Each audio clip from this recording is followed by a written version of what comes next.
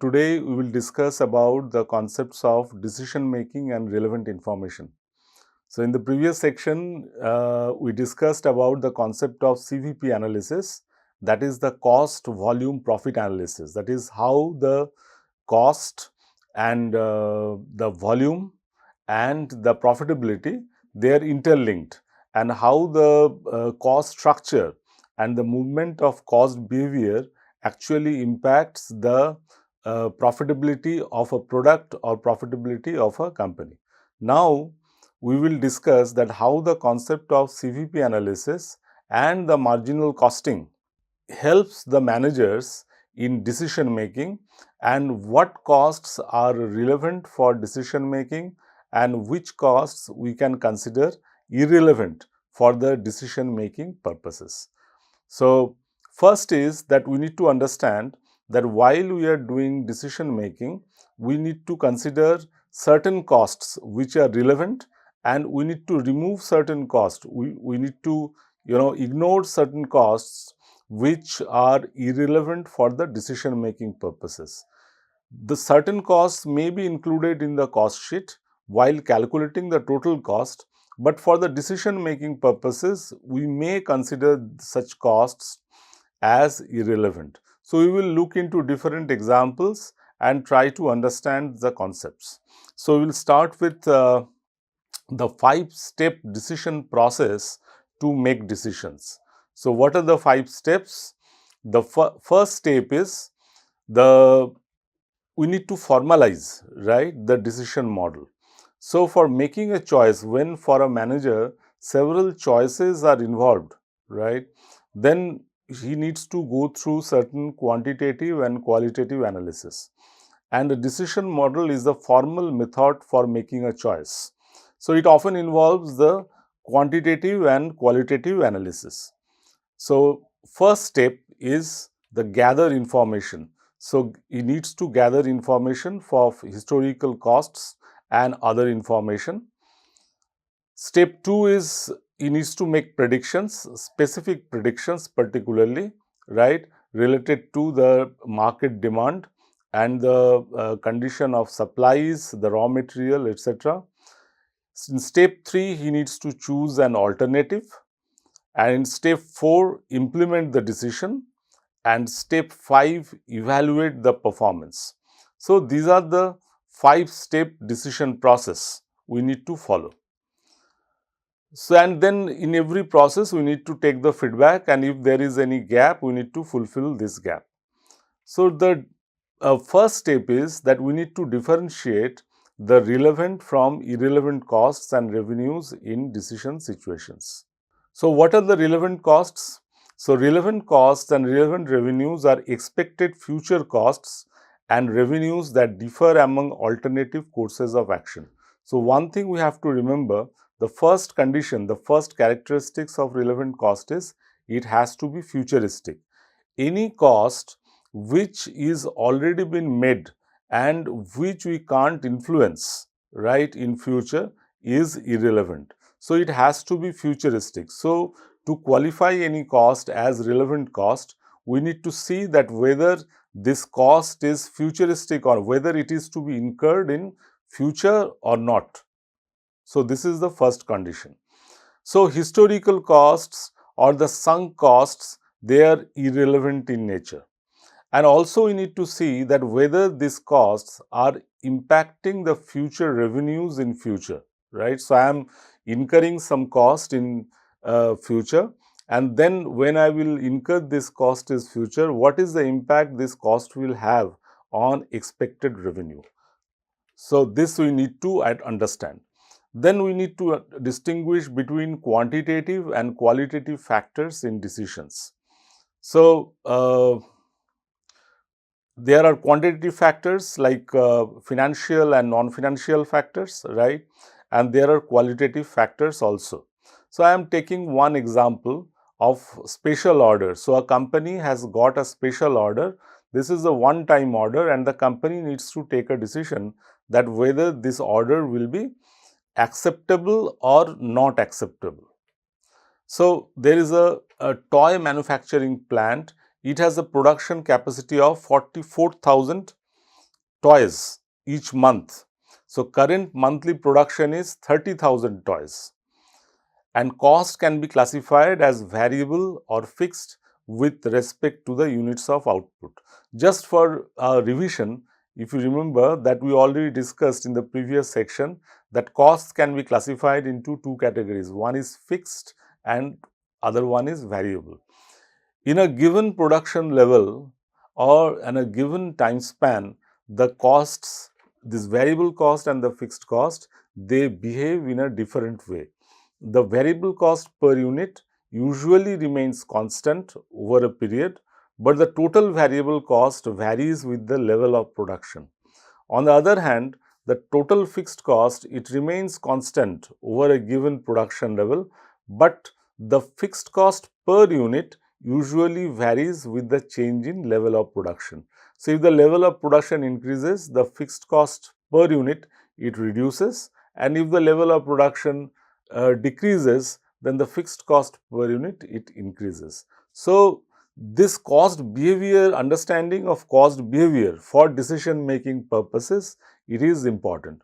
Now, in this case, you see, it has a production capacity of 44,000 units, and it is monthly production is 30,000 toys. That means what? That means it is actually capacity is underutilized. It 100% capacity is 44,000 toys, whereas it is currently using only for producing 30,000 toys.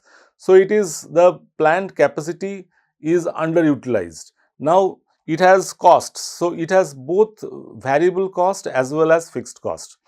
Now, what are the variable costs? Direct material is of course the variable cost.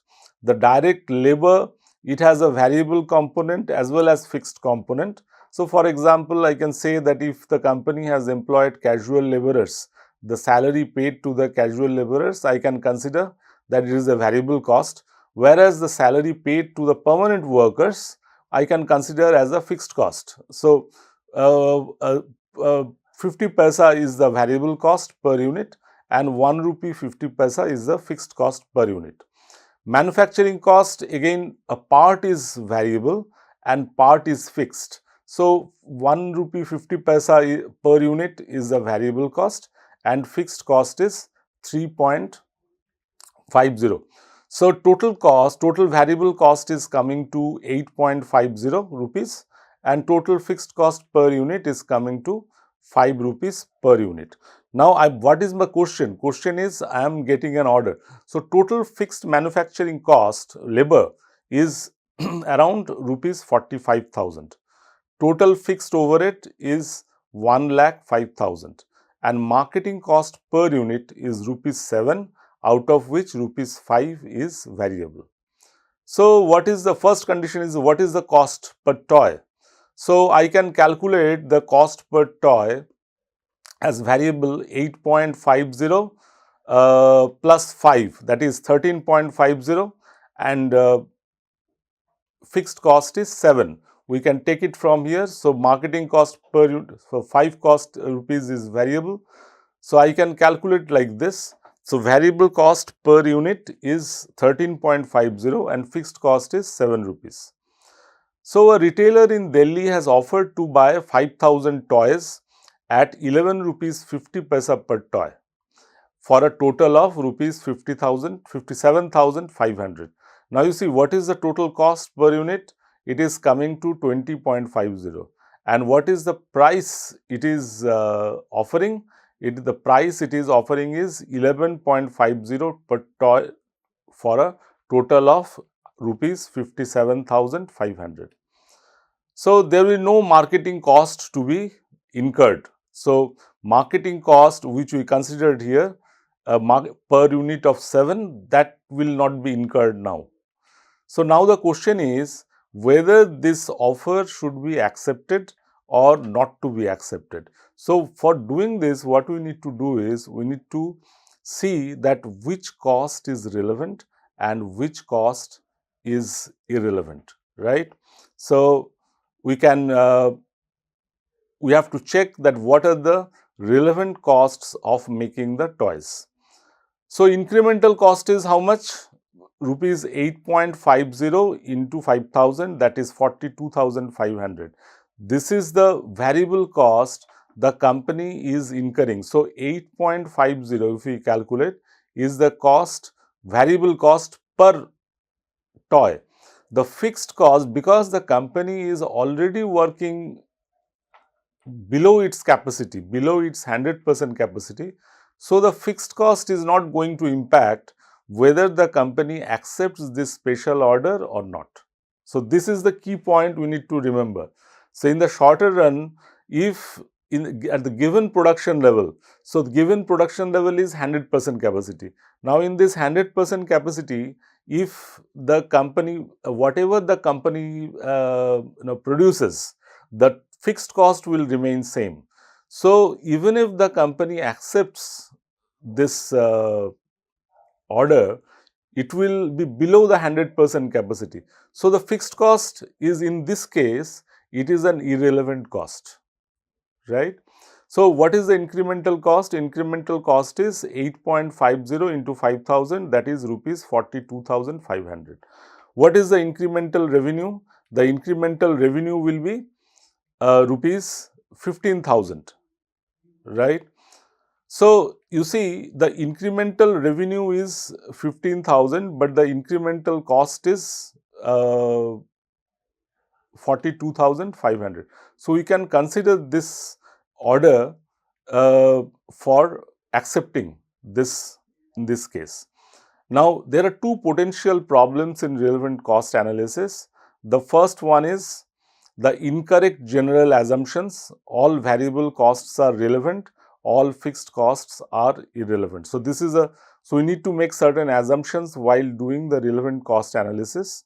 So the first one is incorrect general, as sometimes we make incorrect general assumptions that all variable costs are relevant. That may not be true. The only those costs which are changing because of this decision I am taking, which impacts this decision, only those costs are relevant. And all fixed costs are irrelevant. That may not be true always, because some fixed cost may be incurred because of this decision, right? Because this decision is influencing the fixed cost. If that is the case, then that type of fixed cost we need to consider. And number two is misleading unit cost data. So sometimes if we include irrelevant cost, the decision will be wrong, and using the same unit cost at different output level. If the unit cost changes at different output levels, that we need to consider. There is a concept of outsourcing, and outsourcing is purchasing goods and services from outside vendors. Insourcing is producing goods or providing services within the organization. So the first example where the relevant costing concepts can be used is accepting or rejecting a special order, one-time special order. So what is the rule? Rule is that we will accept the special order if my incremental revenue from the special order is more than the incremental cost, where I will consider only the relevant costs and exclude the irrelevant costs. So what are the relevant costs? The relevant costs are the costs which are futuristic and which is going to be influenced by the decision I am taking. Fine. Now I am coming to the second case. The second case is make or buy decisions, right? What is make or buy decisions? Suppose there is a company and the company has a component to produce. Now there are two options, right? It requires a component. The company can either produce that component in-house, or what the company can do, it can buy that component from some outside agency. Fine. Now whether this whether the company should buy it in-house or the company should uh, outsource it to someone, that is an important decision for the company. We can use the concept of relevant costing for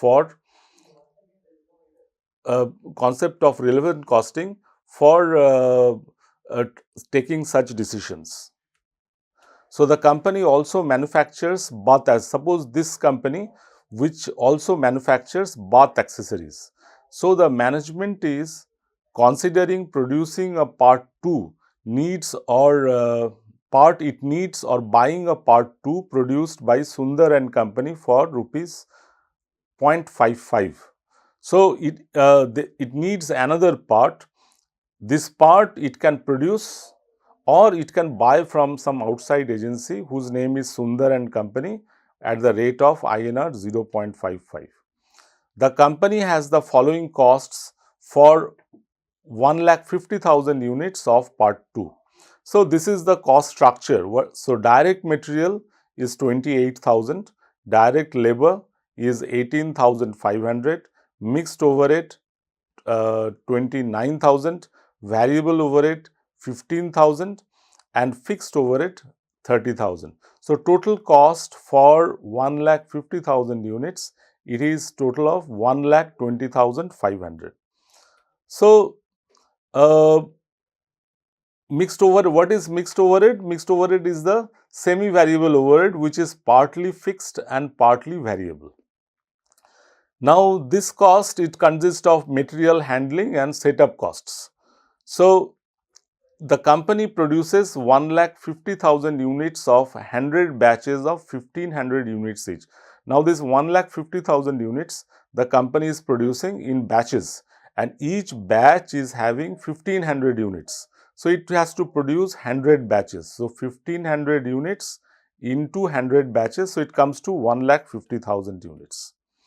Total material handling and setup costs equal fixed costs of INR 9,000 plus variable cost of rupees 200 per batch. So it has semi-fixed cost, the material handling and setup cost. These are semi-variable costs, and this semi-variable cost has a fixed component as well as a variable component. So the variable component is 200 rupees per batch and fixed cost is rupees 9,000. So what is the cost per unit of part 2? So I can calculate like this. So total cost we have already seen 1,20,000 divided by 1,20,500. So if I divide it by 1,50,000 units, it will be rupees 0.8033 per unit. Should Max manufacture the part or buy it from Sundar and company? So how I will decide? The Max company anticipates that next year the 1,50,000 units of part 2 of expected to be sold will be manufactured in 150 batches of 1000 units each, right? So 150 batches into 1000 units each, that is their anticipation. So variable cost per batch is expected to decrease by rupees 100. The Max company plans to continue to produce 1,50,000 next year at the same variable manufacturing cost per unit as this year. So this is the plan. So variable cost per batch is will decrease to 100 and it plans to produce 1,50,000 units next year. The same variable manufacturing cost per unit at this year, it is not going to change. Fixed cost, also the assumption is it will remain the same. What is the variable manufacturing cost per unit? So direct material is 28,000, direct labor 18,500 and variable overhead is 15,000. So total is 61,500. So per unit, if I have to calculate, how I can do? Rupees 61,500 divided by 1,50,000 is equal to INR 0.41 per unit. So expected relevant cost. So what will be the relevant cost? Of course, manufacturing is 61,500, material handling and setup 15,000. So total relevant cost to make is 76,500. Here you observe we have considered the variable part, variable cost as relevant, right? Because if I produce, the fixed cost is not going to change. fixed cost will remain same, right? It is not getting impacted by the decision whether it is to be made or it is to be bought from outside. So it is irrelevant. So what is going to be impacted? The variable cost gets to be impacted. So if I decide to produce, then my variable cost will increase. If I decide not to produce and buy from outside, my variable cost will remain at the same level. So my relevant cost, if I produce here, so that is only the variable cost, because already I assume that the fixed cost is not going to change because of this. If I consider another situation where the fixed cost is also going to change because of the decision of production, then the change in fixed cost I should have to include as the relevant cost. But in this problem, that is not there, right? Okay. So cost to buy is how much the Sundar & Company has quoted, 55 paisa per unit. So total cost to buy is 1,50,000 into rupees 0.55, so 82,500. So it is clear from here. So if I manufacture, my relevant cost is how much? 76,500. But if I buy, what is my cost? My cost is 82,500. So which one is less? Of course, the relevant cost of manufacturing. So which decision I should take? I should take the decision to manufacture it in-house. But let me tell you one thing here, one thing we need to take care of is that this is only one part of the complete decision making. In practice, in industry, the actual decision depends on many other factors. Like for example, I may consider the social causes. Do I need to employ more people because of the societal reasons? Is there any government policy, or I need what the competitors are doing? Are the competitors manufacturing themselves or they are outsourcing? What is the quality factor? If I produce it in-house, right, will my quality be better? Then and I can have more control over the quality, right, if I produce in-house. So all these other factors, other qualitative factors are also to be considered while we have to take such a decision that whether I have to make or buy a particular component. Okay. So the company will save rupees 6,000 by making the part. Okay. Now I am just giving a twist into this. Now assume that rupees 9,000 is the fixed clerical salaries to support the material handling and setup will not be incurred if part 2 is purchased from Sundar & Company. So you see, in the previous example, we assumed what? We assumed that the fixed cost is not going to be impacted. Okay. But now I am slightly changing the assumption. I am assuming that if I produce the component in-house, my fixed cost is also going to change. So how much will be the change? It will increase by 9,000 because of fixed clerical salary. I need to deploy a clerk for maintaining the records and other official work. So his salary has to be included as a fixed cost, right? And this material handling and setup, these costs are not going to be incurred if I buy it from outside Sundar & Company. So now the question is, in this change scenario, should it make or buy the component? So now you see what are the relevant costs. Variable cost is 76,500, same. Fixed cost is now 9,000, right?